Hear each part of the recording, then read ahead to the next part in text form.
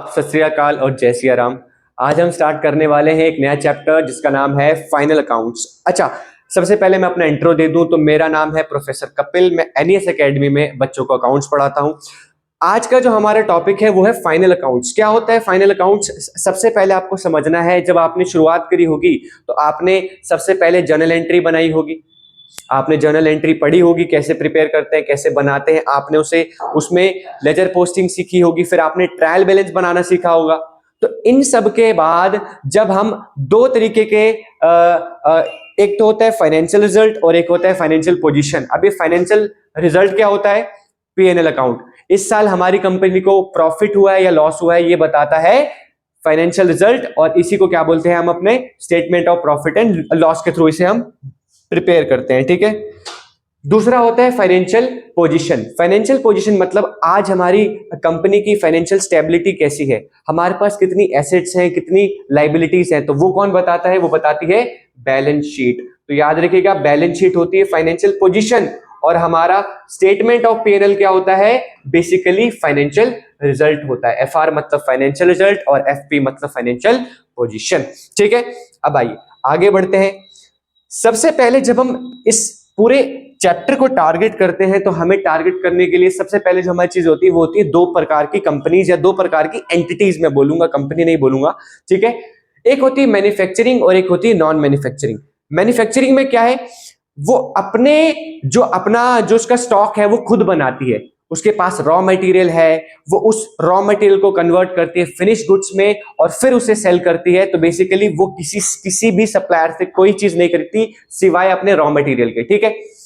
लेकिन एक होती है नॉन मैन्युफैक्चरिंग एंटिटी। आज की क्लास में हम टारगेट करेंगे नॉन मैन्युफैक्चरिंग एंटिटी को ही। ठीक है। तो मैं इसको एक बार के लिए मिटा ही देता हूं। ठीक है। आज हमारे पास सिर्फ एक ही टॉपिक है, वो है नॉन मैन्युफैक्चरिंग एंटिटीज। ठीक है। क्या होती है नॉन मैन्युफैक्चरिंग एंटिटीज? दोबारा से, इनका काम है प्रॉपर ट्रेडिंग करने का। ये सप्लायर से माल खरीदती हैं और अपने कस्टमर को माल बेचती हैं। ठीक है। तो इनके लिए हम कैसे अकाउंटिंग करेंगे? तो सबसे पहले मैं आपको बता दूं, फाइनल अकाउंट्स में हम तीन अकाउंट प्रिपेयर करते हैं। सबसे पहला जो अकाउंट होता है वो होता है ट्रेडिंग अकाउंट।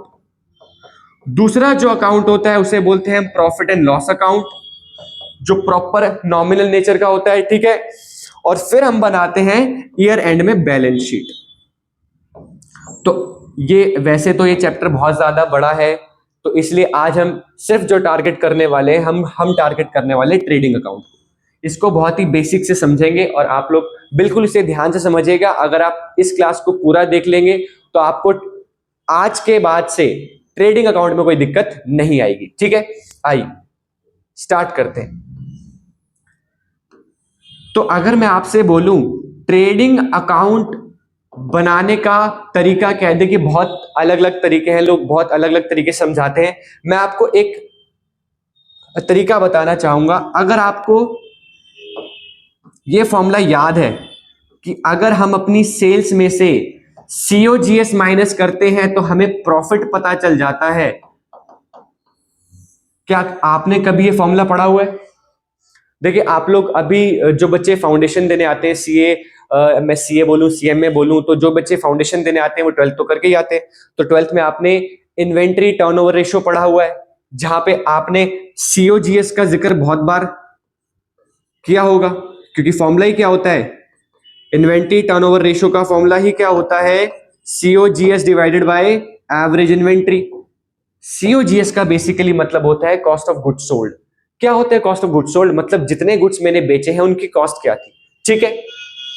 अगर आप कॉस्ट पढ़ेंगे तो और अच्छे डिटेल में आप इसको समझ पाएंगे, लेकिन अभी के लिए हम सिर्फ यहाँ पे सीओजीएस के फॉर्मूले को टारगेट करते हैं। ठीक है।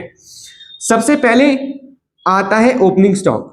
ये वो स्टॉक है जो पिछले साल, जो लास्ट ईयर में आपके पास अनसोल्ड बच गया था। तो बेटा अगर कोई चीज पिछले साल बच गई है जो आपने बेची नहीं है, तो आप इस साल क्या करोगे? उसको बेचोगे। तो ये इस साल का आपका क्या बन जाएगा? ओपनिंग स्टॉक बन जाएगा। एक बार कट करना।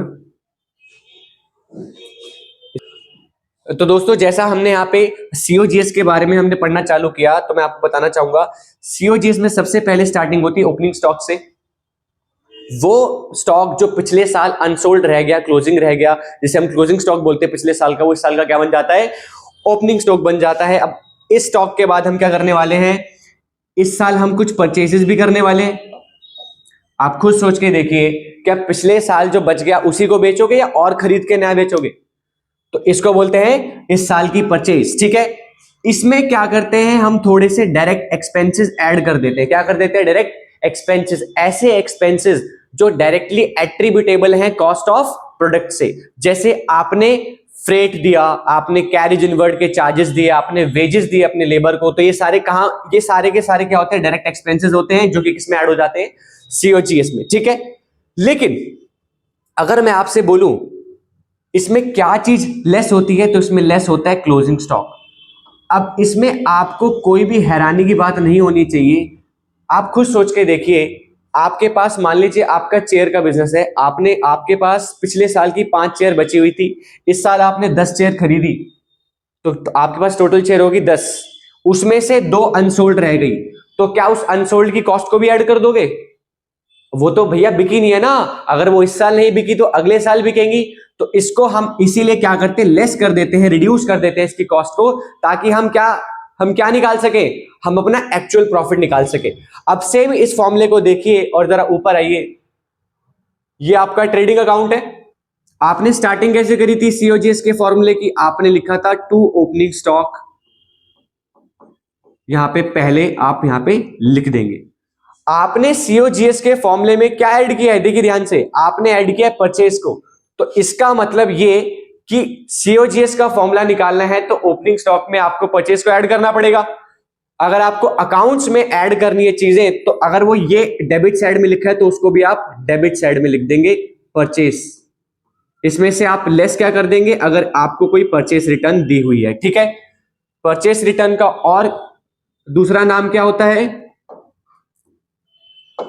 Return outward. क्या नाम बोलते हैं इसको? Return outward. क्यों बोलते हैं रिटर्न आउटवर्ड? क्योंकि आप रिटर्न करोगे, जब आप परचेस करोगे तभी तो आप रिटर्न कर सकते हो, ठीक है। नेक्स्ट आते हैं, इसको मैं थोड़ा सा यहां पे हटाऊंगा जगह के लिए। अब देखिए, अब आपने क्या बोला, आपने और क्या ऐड किया है? आपने अपने फॉर्मूले में डायरेक्ट एक्सपेंसेस को भी ऐड किया है। तो आप इसको दोबारा से क्या करेंगे, क्योंकि एडिशन हो रही है तो आप इसे डेबिट साइड ही लिखेंगे। आप लिख देंगे डायरेक्ट एक्सपेंसेस और यहां पे अमाउंट लिख देंगे, यहां पे जो भी अमाउंट रहेगी वो अमाउंट लिख देंगे, ठीक है। अब आपने फॉर्मूले में क्या लिखा था? आपने क्लोजिंग स्टॉक को माइनस किया था, रिड्यूस किया था। इसका मतलब क्या है? इसका मतलब यह है कि आप इसे सेम साइड में नहीं लिख सकते बेटा। अकाउंट्स में अगर माइनस करना होता है तो डिफरेंट साइड लिख देते हैं, तो यहां पे आप यहां पे लिख देंगे बाय क्लोजिंग स्टॉक। अब अगर आप इस पूरे जो मैंने यहाँ पे चीज बनाई है, इस पूरे चार्ट को अगर मैं ऐसे कर दूं इस अकाउंट को, तो ये जो मैंने यहाँ पे आपको दिख रहा है ये क्या है? ये बेसिकली आपका सीओजीएस ही है। ये क्या है? कॉस्ट ऑफ गुड्स सोल्ड ही है। क्यों बना रहे हैं हम ये? हमें ट्रेडिंग अकाउंट बना रहे हैं क्योंकि अभी हम क्या है, नॉन मैन्युफैक्चरिंग एंटिटी, इंडस्ट्री बोल दिया मैंने गलती से, एंटिटी, ठीक है। अब क्यों एंटिटी? ये क्या करेगी? ये सामान खरीदेगी और बेचेगी। तो इसने पिछले साल कुछ सामान खरीदा होगा, बेचा होगा, उसमें से कुछ बच गया तो वो इस साल का ओपनिंग बच गया, वो ओपनिंग क्या हो जाएगा? कैरी फॉरवर्ड हो जाएगा। इस साल उसने थोड़ी परचेस करी, हो सकता है जो सप्लायर से खरीदा उसमें कुछ चीजें खराब निकली तो उसने वो वापस कर दी, तो उसको आप क्या कर देंगे? तुरंत के तुरंत उसे लेस कर देंगे। आपने जब अपने सप्लायर से सामान मंगवाया तो उसका थोड़ा बहुत फ्रेट, कैरेज वगैरह लग गया, तो उसको आप इसकी कॉस्ट में ऐड कर देंगे। फिर इसमें से क्या लेस कर देंगे? Closing stock. तो आपको, अच्छा क्लोजिंग स्टॉक क्यों मैंने यहाँ पे क्रेडिट साइड में दिखाया है? क्योंकि वो बिका ही नहीं। जो चीज नहीं बिकी वो अगले साल बिकेगी, तो वो अगले साल की क्या बन जाएगी? ओपनिंग स्टॉक बन जाएगी। चलिए इतना हो गया। अगर आपको याद हो, आपने बुक्स में पढ़ा हो, तो यहां पे बस एक चीज रह रही है, वो रह रही थी सेल्स।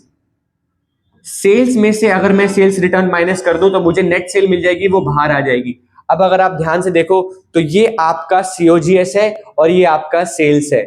सीओजीएस और सेल का डिफरेंस ही क्या बनता है? या तो आपका ग्रॉस प्रॉफिट बनेगा या तो आपका ग्रॉस लॉस बन जाएगा। क्या आपको बात समझ में आई?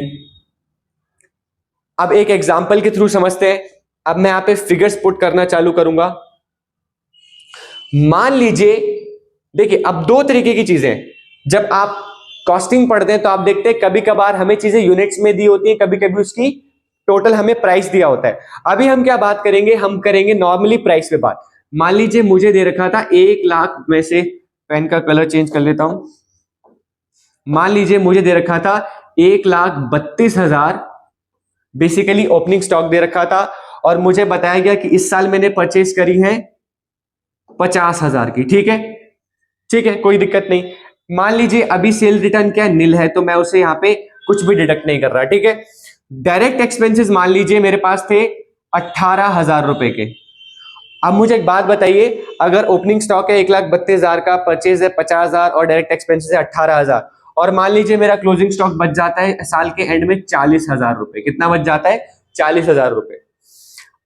और मान लीजिए इसी के साथ मुझे सेल भी दे दी 2,40,000 रुपए की। ठीक है, अब जरा इसको समझते हैं कि हम जीपी मुझे निकालना है बैलेंसिंग फिगर करके, लेकिन उससे पहले मैं आपको क्या समझाना चाहता हूं, यह समझाना चाहता हूं कि ओपनिंग स्टॉक था 1,32,000 का। कितने का था? 1,32,000। आपने 50,000 की सेल और करी, और आपने कुछ यहां पे खर्चे भी करे, तो अभी टोटल में आपके पास कितना कॉस्ट है? आपके पास अगर मैं बोलूं आपके पास जो स्टॉक है उसकी कॉस्ट कितनी हो गई? 1,32,000 तो आपका ओपनिंग स्टॉक था, फिर आपने उसमें 18,000 के कुछ खर्चे किए, या फिर मैं बोलूं इसमें परचेज पहले ऐड करता हूं उसके बाद मैं खर्चे लेता हूं। ठीक है, परचेज कितनी थी? 50,000 रुपए। उसके बाद 18,000 के क्या लिए? मैंने खर्चे लिए। तो कितना आ गया टोटल इसका? इसका टोटल आ गया 2 लाख रुपए। कितना आ गया?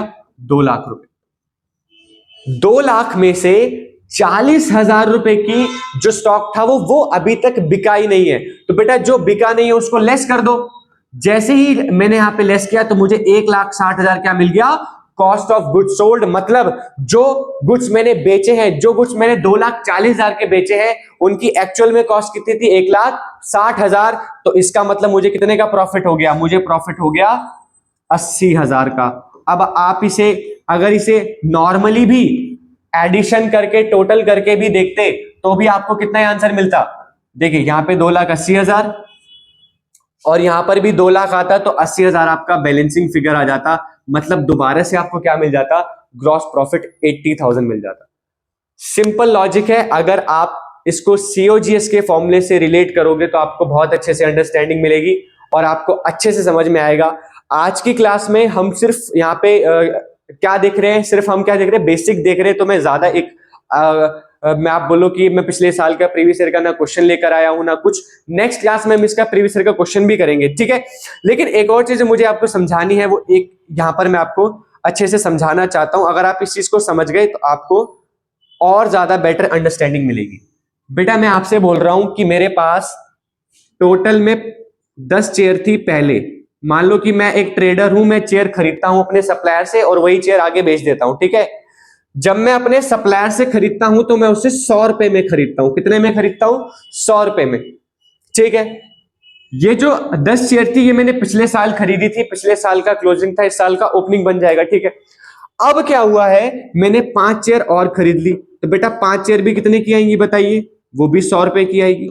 तो ये हो गया मेरे पास जो मैंने अभी तक स्टॉक मेरे पास पड़ा है। बेटा इस स्टॉक को क्या मैं बेचूंगा? बिल्कुल, ये मेरा काम है, मैं हुई ट्रेडर।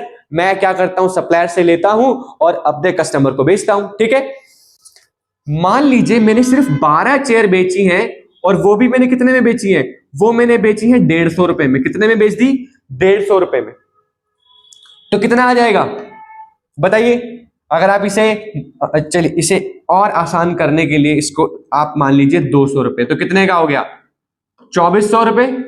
मतलब इतनी आपकी सेल हुई है। ये याद रखिएगा, ये प्रॉफिट नहीं है, ये सेल है। सेल का मतलब होता है टर्नओवर। सेल में से जब सारे के सारे खर्चे वर्चे हटाओगे तब आपको क्या मिलेगा? आपका प्रॉफिट मिलेगा। ठीक है, अब आइए, अब आप में से कई बच्चों को अगर मैं बोलूं कि मुझे प्रॉफिट कितना हुआ है, तो आप बोलेंगे सिंपल सी बात है, 15 इंटू 100 करो। 1500 का क्या था मेरे कॉस्ट था, और 12 इंटू मैंने 200 किया, 2400 आया। मतलब इन दोनों का डिफरेंस 900 रुपए मेरा प्रॉफिट है। बट ऐसा नहीं होता। आप कैसे कंपेयर कर सकते हो 15 चेयर की कॉस्ट को 12 चेयर की सेलिंग प्राइस से? अगर आप सेलिंग प्राइस 12 चेयर का ले रहे हो तो आपको कॉस्ट प्राइस भी 12 चेयर का ही लेना पड़ेगा। मतलब आपको 12 गुणे 200 2400 और यहाँ पे कॉस्ट भी कितनों की लेनी पड़ेगी, 12 की लेनी पड़ेगी। इसका मतलब नेट में आपको प्रॉफिट कितना हो रहा है, 1200 का। लेकिन अगर आप यहाँ पे 15 चेयर की कॉस्ट देते हो तो आपको क्या हो जाएगा, 300 रुपए कम प्रॉफिट दिखाएगा। अब ये 300 रुपए कम प्रॉफिट जब तक दिखाएगा जब तक आप इन 3 चेयर की सेपरेट एंट्री पास नहीं करोगे। तो इसीलिए हम क्या करते हैं, इन 3 चेयर को कॉस्ट प्राइस में लेके क्या दिखा देते हैं, अपना क्लोजिंग स्टॉक दिखा देते हैं। क्या दिखा देते हैं, क्लोजिंग स्टॉक। अब आप देख लो, ये 300 रुपए मुझे अलग दिखाने थे 1200 में से, 1200 में से 300 क्या बचा, 900। बोलिए बात समझ में आई। अब जरा ऊपर एक और चीज मैं आपको समझा देता हूं क्लास में जाने से पहले, कि जो क्लोजिंग स्टॉक है एज पर AS2, इसको कॉस्ट और NRV which ever is less, मतलब या तो इसकी कॉस्ट और या तो इसकी नेट रिलाइजेबल वैल्यू जो भी कम होती है उस पे क्या करते हैं, वैल्यू करते हैं। इसको कभी भी आप सेलिंग प्राइस पे वैल्यू मत कर दीजिएगा, बहुत ही गलत आपका आंसर हो जाएगा। ठीक है, तो आज के लिए हम इतना ही रखते हैं। आप लोग खुश रहें, बढ़िया रहे और पढ़ते रहे। धन्यवाद दोस्तों।